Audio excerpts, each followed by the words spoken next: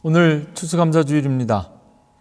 1620년 9월 6일 영국의 국교였던 성공회에 왜곡된 신앙에서 벗어나 신앙의 자유를 찾기 위해서 102명의 개신교인들, 특별히 청교도인들이 자신들의 나라와 고향을 떠나서 배를 타고 항해를 시작합니다. 이들이 탄 배의 이름은 메이플라워호였고, 이들은 오직 한 가지 이유, 신앙의 자유만을 위해서 신대륙을 찾아 항해를 시작했습니다. 90일간 폭풍우와 파도를 견디고 그들이 도착한 신대륙은 미국 매사추세츠주의 케이프 코드에 도착하게 됩니다. 오늘 추수감사주일 예배를 드리면서 가장 먼저 생각해 보았습니다. 지금까지 우리는 우리의 믿음과 신앙생활을 위해서 어떤 선택과 결정을 해왔는가, 그리고 어떤 도전들을 해왔는가. 1620년 12월 20일 약 90일간의 항해를 마치고 102명의 청교도인들이 탔던 이 배 메이플라워호가 도착한 곳을 플리머스라 부르고, 거기에 이 청교도인들이 정착하게 됩니다. 그들이 가장 먼저 한 것은 예배였습니다. 그리고 그들이 가장 먼저 건축한 것은 그들이 예배할 수 있는 성전을 짓는 것이었습니다. 폭풍우 속 90일간의 목숨을 건 항해 속에서도 그들은 그들이 고향을 떠나온 이유와 목적을 잊어버리지 않았습니다.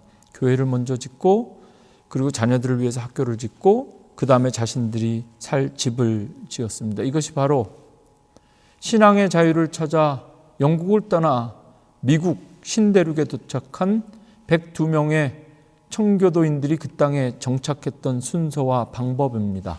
교회, 학교, 그리고 그들의 집. 어렵고 낯선 환경이었지만 그들은 매일 모여 예배를 드렸고, 그리고 마음껏 찬양할 수 있었습니다. 그렇게 신앙의 자유를 누렸습니다. 그 시절 신대륙에 도착한 청교도인들이 모일 때마다 암송했던 말씀이 시편 100편입니다. 날마다 시편 100편을 읽고 암송하며 하나님을 예배했지만 그의 겨울 추위와 풍토병 속에서 102명 가운데 50명이 죽었습니다. 그런데도 살아남은 자들의 믿음과 신앙에는 흔들림이 없었습니다. 원주민들에게 씨앗을 받아서 농사를 시작하고, 또 원주민들의 도움을 받아서 그 길고 추운 겨울을 견디어낸 겁니다. 그 가운데서도 하나님께 예배하는 것을 포기하지 않았습니다. 이 당시 청교도들의 삶을 상세히 기록한 책이 있는데요. 윌리엄 브래드퍼드의 플리머스 플랜테이션에 대해라는 책입니다. 이 책에서 윌리엄 브래드퍼드가 살아남은 자들에게 말하는 그 내용이 남겨져 있는데요. 여러분, 우리는 여전히 불안한 상황입니다. 질병이 우리를 넘어뜨리려고 합니다. 삶의 고통 때문에 힘이 듭니다. 지금부터 우리가 한 주 동안 금식하면서 기도합시다. 그리고 모든 살아남은 자들이 함께 모여서 금식하며 기도했는데요. 이렇게 금식하며 기도하는데도 그들 마음속에 평안함이 없었습니다. 그때 그들 가운데 있던 한 농부가 손들고 이야기합니다. 제가 건의할 것이 있습니다. 우리는 대서양을 건너와서 여러 친구들, 가족들을 잃었지만 그럼에도 불구하고 하나님께서 우리에게 기대했던 것보다 넉넉한 은혜를 주셨습니다. 아무것도 가진 것이 없었고 아무것도 할 수 없었던 우리가 농사를 지어 추수까지 했습니다. 이제 금식 기도를 그만하고 하나님께 마음껏 찬양하며 다시 한번 감사하는 예배를 드립시다. 그때부터 그들이 금식을 멈추고 감사 예배를 드리며 기록한 5가지 감사의 내용들이 그 책 속에 아직도 남아 있는데요. 첫째, 1년 동안 우리의 생명을 지켜주신 하나님께 감사. 둘째, 우리의 죄를 사하셔서 구원해 주시고 천국 소망 주신 하나님의 은혜에 감사. 셋째, 신앙의 자유를 주신 하나님께 감사. 넷째, 우리에게 일용할 양식 주신 것 감사. 그리고 5번째, 마지막으로 지난 한 해 동안 우리 개인과 가정에 주신 특별한 은혜를 감사했다는 겁니다. 신앙의 자유를 찾아 자신들의 고향과 나라를 버리고 신대륙으로 이주해 온 102명의 청교도들이 신앙의 자유를 누리며 새로운 땅에서 예배할 때마다 읽었고 암송했던 시편 100편의 말씀이 오늘 추수감사주의를 맞이하여 성도들과 함께 나누고자 설교하려고 하는 설교 본문입니다. 오늘 이 본문 말씀을 통해서 2020년 추수감사주일 예배를 통해서 우리가 하나님 앞에 감사해야 되는 두 가지 제목을 정확하고 분명하게 확인하려고 합니다. 첫 번째는요, 1절 말씀과 2절 말씀 함께 먼저 읽습니다. 온 땅이여 여호와께 즐거운 찬송을 부를지어다. 기쁨으로 여호와를 섬기며 노래하면서 그의 앞에 나아갈지어다. 시편 100편은 감사의 시라는 제목이 달려 있습니다. 우리가 오늘 하나님 앞에 가장 먼저 감사해야 될 것이 무엇인가? 1절과 2절 말씀 읽었는데요. 하나님 앞에 우리가 감사해야 되는 것은 하나님의 부르심에 대한 감사입니다. 하나님의 자녀로 불러주셔서 감사하고, 또 오늘 영상으로라도 예배를 드릴 수 있는 예배의 자리로 불러주신 것 감사하다. 그의 앞에 나아갈지어다. 2절의 마지막 문장입니다. 그의 앞에 나아갈지어다. 1절과 2절을 통해서 지금 시편의 시인은 하나님 앞에 나아오라 우리를 초청하고 있습니다. 우리가 하나님 앞에 나올 수 있는 것은 하나님께서 우리에게 선물로 주신 믿음이 있기 때문입니다. 우리가 가진 믿음은 하나님께서 우리에게 주신 선물입니다. 너희는 그 은혜에 의하여 믿음으로 말미암아 구원을 받았으니 이것은 너희에게서 난 것이 아니요 하나님의 선물이라. 오늘 우리가 하나님 앞에 나와 예배할 수 있는 것은 우리에게 믿음이 있기 때문인데, 이 믿음은 우리 안에서 생겨난 것이 아니요 하나님께서 우리에게 선물로 주신 것이다. 우리가 가진 믿음은 하나님의 선물입니다. 우리에게 선물로 주신 이 믿음이 하나님의 은혜입니다. 농사를 짓고 추수하여 얻은 열매를 가지고 하나님 앞에 예배하는 것도 추수감사주일입니다. 더 이상 우리는 농사 짓지 않습니다. 한 해 동안 열심히 일하고 수고하고 벌어서 오늘날 우리의 시대와 환경에 맞게 하나님께 감사하며 예배드릴 수 있는 것, 그것도 추수감사절 유래이고 전통입니다. 그러나 우리에게 주신 열매를 손에 들고 하나님께 감사하는 것도 필요하지만, 오늘 추수감사주일 예배를 드리면서 간절히 소원하는 것은 우리 손에 들려진 열매가 감사한 것이 아니라 우리 자체가, 우리의 삶 자체가 하나님께, 추수감사절에 하나님께 드려질 수 있는 열매가 되기를 원합니다. 전도가 어렵습니다. 한 번이라도 누군가에게 예수 믿으라고 말해보신 분들은 아실 겁니다. 전도가 어렵습니다. 아무리 말해도 믿으라고 해도 안 믿습니다. 그런데 나는 지금 믿고 있다. 우리의 입으로 예수를 그리스도라 시인할 수 있는 믿음이 우리에게 있다는 것, 이것이 우리가 하나님 앞에 가장 먼저 감사해야 될 첫 번째 감사입니다. 4절 말씀, 감사함으로 그의 문에 들어가며 찬송함으로 그의 궁정에 들어가서 그에게 감사하며 그의 이름을 송축할지어다. 감사함으로 그의 문에 들어가며 찬송함으로 그의 궁정에 들어가서 하나님 앞에 예배할 수 있는 것, 감사해야 되는 분명한 이유가 될 것입니다. 감사함으로 우리가 들어가야 하는 문은 히브리어로 샤아루입니다. 또한 궁정이라는 단어는 히브리어로 하초체르인데요, 성전의 뜰을 의미합니다.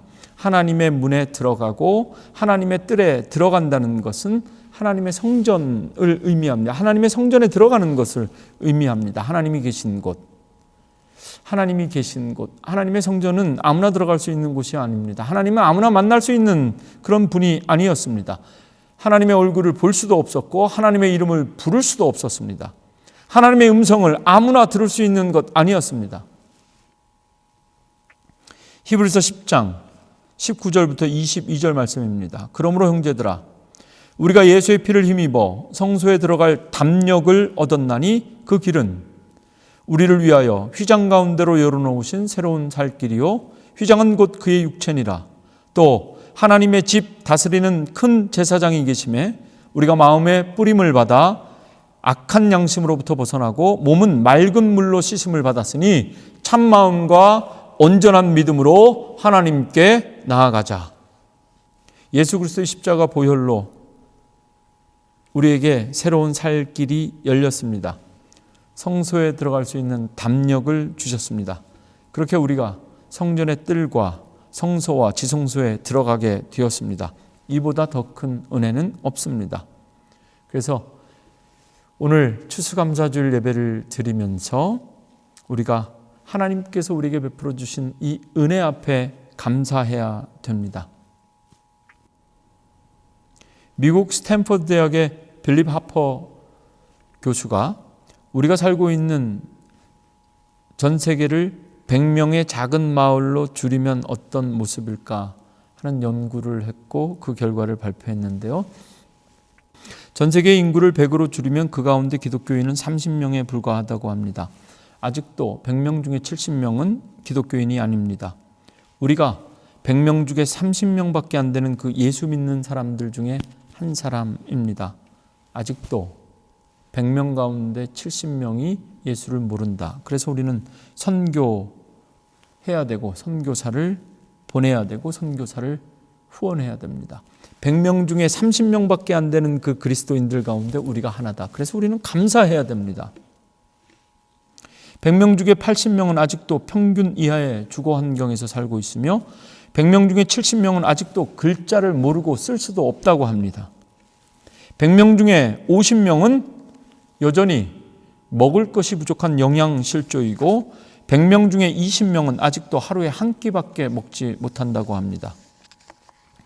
아직도 100명 중에 30명은 전기와 수도 없이 그냥 그렇게 살아가고 있습니다. 여러분, 만약 당신이 오늘 밤 잘 수 있는 집이 있고 그리고 지금 당장 먹을 음식이 있고 그리고 거기에 글씨까지 쓸 수도 있고 읽을 수 있는 교육을 받았으며 심지어 당신 자신이 컴퓨터나 핸드폰을 손에 쥐고 있다면 당신은 지금 전 세계 인구 중 상위 1%에 속한 사람입니다. 그런데도 우리는 감사를 모릅니다. 안전 불감증이 아니라 감사 불감증입니다. 제가 신학교 다닐 때 어린이부 전도사로 사역을 한 적이 있는데요. 그때 전도사에게는 설교보다 중요한 것이 차량 운행이었습니다. 그 당시 교회들이 전도사를 뽑을 때 일종 보통 운전면허를 가지고 있으면 우대에서 뽑았습니다. 제가 그렇게 뽑혀서 교육전사 사역을 시작했는데요. 주일 아침마다 어린이들을 픽업하기 위해서 1시간씩 차량 운행을 해야 했습니다. 처음에는 차량으로 아이들을 데려오고 태워다 주니까 얼마나 좋습니까? 다들 부모님들이 저에게 감사했습니다. 태워주기만 해도 고마웠던 겁니다. 그런데 어느 날, 어느 겨울 주일 아침에 제가 차를 운전하면서 아이들을 픽업하러 가는데요. 차가 너무 막혀서 늦었습니다. 요즘처럼 핸드폰이 있는 것도 아니고 미리 연락할 방법도 없이 속절없이 그렇게 늦게 도착했는데요. 기다리다 제가 오지 않으니까 집사님, 권사님, 부모들이 아이와 함께 택시를 타고 교회에 오셨습니다. 그날 예배가 끝나기도 전에 저에게 얼마나 짜증을 내고 화를 내시는지 저는 그날 목에 때려칠 뻔했습니다. 처음에 차로 태워다 주고 데려다 줄 때는 감사하게 여겼는데 그것이 당연하게 여겨지면서 감사가 사라지고 그 당연하게 여겨진 것이 조금이라도 채워지지 않으면 그때부터 불평과 불만으로 충만한 삶을 살게 되는 겁니다. 우리가 지금 그리고 그동안 신앙의 자유를 마음껏 누리며 살았습니다. 그러나 그것을 위해 우리가 목숨 걸고 대서양을 건넜던 102명의 청교도인들의 이야기를 다시 읽으면서 우리가 그동안 당연하다 여겨온 그런 우리 신앙의 자유와 생활을 다시 한번 돌아보게 됩니다. 우리가 그동안 예배의 자유를 마음껏 누렸습니다. 원하기만 하면 언제든지 성전의 문을 드나들 수 있었습니다. 그러나 낯선 땅에 도착하자마자 가장 먼저 예배를 드리고 가장 먼저 성전을 건축했던 청교도인들의 이야기를 들으면서 우리가 지금까지 누려온 당연한 자유, 성전의 예배, 그것이 얼마나 큰 감사요 복이었는지 깨닫게 됩니다. 저는 지금 아무도 없는 성전에서 설교하고 있습니다. 아무도 들어올 수 없는 이 성전에 추수감사주일 장식을 하였습니다. 어쩌면 매주 설교하는 것과 추수감사절에 맞추어 성전을 장식하는 것은 우리에게 오랫동안 당연히 여겨져 온 것들입니다. 하나님의 은혜였는데 은혜인지 몰랐습니다. 겨울 되면 눈길에 교회 주변에 차 세울 수 없다고 불평했고, 예배당이 어둡다고 불평했고, 화장실은 좁고 낡았다고 불평했습니다. 하나님께서 우리에게 주신 은혜였는데 은혜인 줄 모르고 당연하게 누리다가 조금만 불편하면 우리는 감사하지 못했습니다. 지금 이 성전에 저 혼자 이렇게 서서 여러분들의 빈자리를 바라보며 그동안 모든 것이 하나님의 은혜였음을 다시 한번 고백하게 됩니다. 우리가 지금 누리고 있는 모든 것은 하나님의 은혜인데요, 이 은혜는 싸구려 은혜가 아니라 아주 값비싼 은혜입니다. 그것이 여러분들의 삶 속에 믿음으로 깨달아지기를 원합니다. 우리는 지금 하나님께서 우리에게 주신 이 값비싼 은혜를 마음껏 누리며 살았습니다. 이 은혜에 반드시 감사할 줄 아는 여러분과 우리 교회 되기를 주님의 이름으로 축원합니다. 이제 한 가지 더, 추수감사주일에 우리가 정말 하나님 앞에 감사해야 될 것 한 가지 더 확인하려고 하는데요, 하나님의 은혜뿐만 아니라 우리가 하나님께 감사해야 할 것은 하나님의 주권입니다. 하나님의 통치입니다. 3절 말씀 읽겠습니다. 여호와가 우리 하나님이신 줄 너희는 알지어다. 그는 우리를 지으신 이요 우리는 그의 것이니 그의 백성이요 그의 기르시는 양이로다. 저는 이 시편 100편의 3절 말씀을 하나님의 주권으로 읽었습니다. 여호와가 우리 하나님이신 줄 너희는 알지어다. 우리가 읽은 개역개정 성경은 3절의 첫 문장을 이렇게 번역해 놓았는데요, 하나님은 그냥 하나님이 아니라 우리 하나님이다. 여호와가 우리 하나님이신 줄 너희는 알지어다. 이렇게 은혜스럽게 번역해 두었는데 히브리어 원문을 살펴보면 이것은 조금 자의적인 해석입니다. 일부러 하나님과 우리의 관계를 친밀하게 묘사하는 측면에서 그렇게 의미를 부여하고 해석한 것으로 여겨집니다. 히브리어를 그대로, 이 첫 문장의 히브리어를 그대로 번역하면 여기에 굳이 우리라는 말이 필요가 없습니다. 들어갈 이유도 없습니다. 왜 들어갔는지 사실 잘 모르겠습니다. 그대로 사역하면 너희들은 여호와 그가 하나님이신 줄 알라. 하나님은 스스로 계신 자입니다. 그리고 하나님은 천지를 창조하신 창조주이십니다. 종교개혁자 칼뱅과 함께 성경 공부하던 성도가 어느 날 짓궂게 이 칼뱅에게 물었습니다. 하나님께서 세상을 창조하셨다. 그렇다면 하나님께서 세상을 창조하시기 전에는 하나님께서 도대체 무엇을 하고 계셨을까요? 얼핏 들으면 아주 시스테믹한 신학적인 질문처럼 들립니다. 그런데 이 질문을 받았던 칼뱅이 이 성도에게 대답합니다. 아마도 하나님은 천지를 창조하시기 전에 당신 같은 사람을 위해서 지옥을 만들고 계셨을 겁니다. 이런 것을 동문서답이라고 하는 건데요, 우리는 하나님의 존재와 그분의 주권에 대해서 우리는 마음껏 생각하고 마음껏 상상하고 마음껏 질문합니다. 때로는 필요해 보이기도 하고 그렇게 하는 것이 더 고급져 보이기도 하는데요, 하나님은 그런 존재가 아닙니다. 하나님은 우리가 우리 마음대로 우리 하나님이다 이렇게 우길 수도 없고 말할 수도 없는 하나님입니다. 너희들은 여호와 그가 하나님이신 줄 알라. 하나님은 그분 그대로 하나님이십니다. 우리는 그의 것이니, 이 부분의 해석도 오늘 이 3절에 있는 이 부분의 해석도 크게 두 가지로 나뉩니다. 우리는 그의 것이니, 우리 자신이 아니다. 킹 제임스 버전 같은 영어 성경은 이렇게 번역합니다. 우리는 우리 스스로 만들거나 우리 스스로 만들어진 것이 아니다. 또 NIV 버전 같은 영어 성경은 우리는 belong to, 그의 소유가, 우리는 그의 소유다, 이런 식으로 번역해 놓았고, 우리가 오늘 읽었던 개역개정 성경은 두 번째 NIV 성경 번역을 따랐습니다. 두 가지 다 충분히 의미가 있어 보입니다. 우리의 삶은 우리 것이 아닙니다. 하나님께서 만드셨습니다.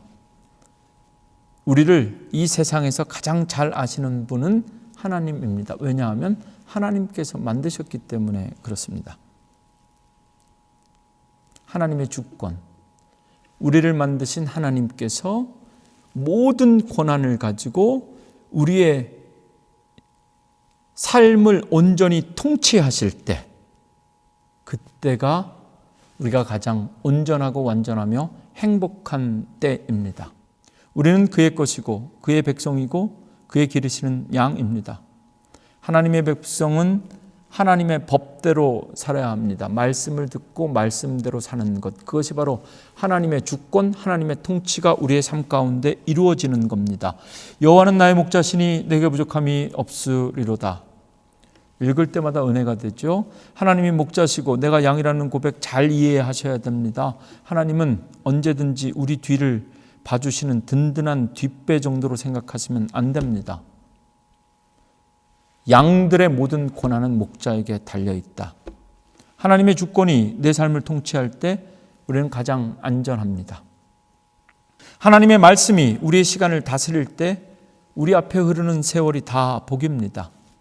많이 가질수록 풍성한 것이 아니라 하나님의 주권과 말씀이 내가 가진 물질을 다스릴 때 그때 내게 부족함이 없는 겁니다. 하나님의 주권이 내가 가진 재능을 다스리게 하는 것, 그것이 바로 내 삶 가운데 하나님의 주권을 인정하는 겁니다. 프랑스의 수학자이자 신학자였던 파스칼은 하나님과 인간의 관계를 세 가지로 구분해서 세 종류의 사람들이 있다고 말했습니다. 첫째는 하나님과 무관한 인생을 살아가는 사람들, 목자 없는 양 같은 사람들, 어리석은 사람들이라 말했고요.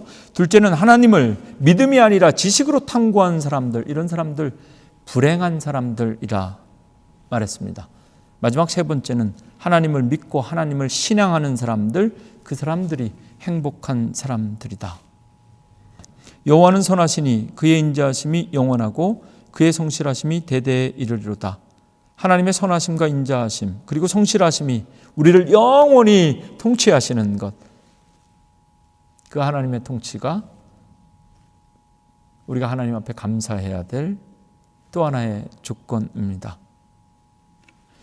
오늘 말씀 마치면서 하나님의 은혜 그리고 하나님의 주권 앞에서 우리는 감사해야 된다. 어떻게 감사해야 하는가? 사랑하는 성도 여러분, 우리는 고린도후서 6장 10절과 같은 사람이 되어야 합니다. 그리스도인들은 근심하는 자 같으나 항상 기뻐하고 가난한 자 같으나 많은 사람을 부유하게 하고 아무것도 없는 자 같으나 모든 것을 가진 자, 이런 자들이 되어야 합니다. 근심 속에서도 기뻐하고 고난 속에서도 감사하는 것, 그것이 바로 믿음. 오늘 추수감사주일 예배를 드리며 우리에게 필요한 믿음입니다. 하나님의 은혜를 마음껏 받아 누리십시오. 그리고 여러분들의 삶 가운데 하나님의 주권을 인정하십시오. 그것이 감사입니다. 하나님의 주권을 인정하는 순간부터 여러분들의 삶 속에 불평과 불만의 문은 닫히고 제대로 된 감사의 문이 열리게 될 것입니다. 억지로라도 감사의 제목을 찾으셔야 합니다. 오늘은 그런 날입니다. 감사에는요, 타이밍이 중요합니다. 감사할 수 있는 시간과 기회를 놓치지 마십시오. 오늘이 바로 그런 날입니다. 하나님, 지난번에 감사했어요. 지난번에 감사했어요. 이미 기회를 놓친 겁니다. 타이밍을 놓친 감사는 마치 김 빠진 콜라와 같습니다. 색깔도 비슷하고 향도 비슷한데 맛이 다릅니다. 감사의 타이밍, 기회를 놓치지 않는 여러분들 되시기를 바랍니다. 항상 기뻐하고 쉬지 말고 기도하고 범사에 감사하는 것, 이것은 그리스도 예수 안에서 너희를 향하신 하나님의 뜻이라 말씀하셨습니다. 범사에 감사하는 것이 하나님의 뜻인데 우리가 어떻게 하면 범사에 감사할 수 있을까 생각해 보았는데요. 사소한 일에도 그때그때 감사하는, 뒤로 미루지 말고, 감사를 뒤로 미루지 말고 그때그때 감사하는 습관이 필요하다 생각했습니다. 무엇보다 가능하면 먼저 감사하는 것이 좋습니다. 이미 하나님께서 우리에게 주신 것, 주신 복을 세어보아라. 하나씩 세어보면서 하나님께 감사한 것보다 바라기는 여전히 아무것도 없어도 난 여호와로 인하여 즐거워하리로다. 주실 것, 앞으로 주실 것 미리 감사하는 믿음과 습관이 생겼으면 좋겠습니다. 식당에서 밥 먹을 때도 이왕이면 먼저 감사하십시오. 먹어보고 감사하지 말고 먼저 감사하는 겁니다. 다들 먹어보고 감사하고 먹어보고 팁 줍니다. 그런데 제가 아는 어떤 분은 팁을 먼저 주시는 분이 있습니다. 아예 음식을 주문할 때 팁을 먼저 주는 겁니다. 먹어보지도 않았는데 팁부터 줍니다. 저도 따라서 해봤습니다. 해봤더니 서비스가 다릅니다. 먼저 감사하는 것, 이 땅에 살아가는 인간들 사이에도 효과가 있습니다. 밥 먹고 나서 식사기도 하는 사람 없습니다. 먹기 전에 식사기도 하고 먹는 것, 그것도 먼저 감사하는 믿음과 습관입니다.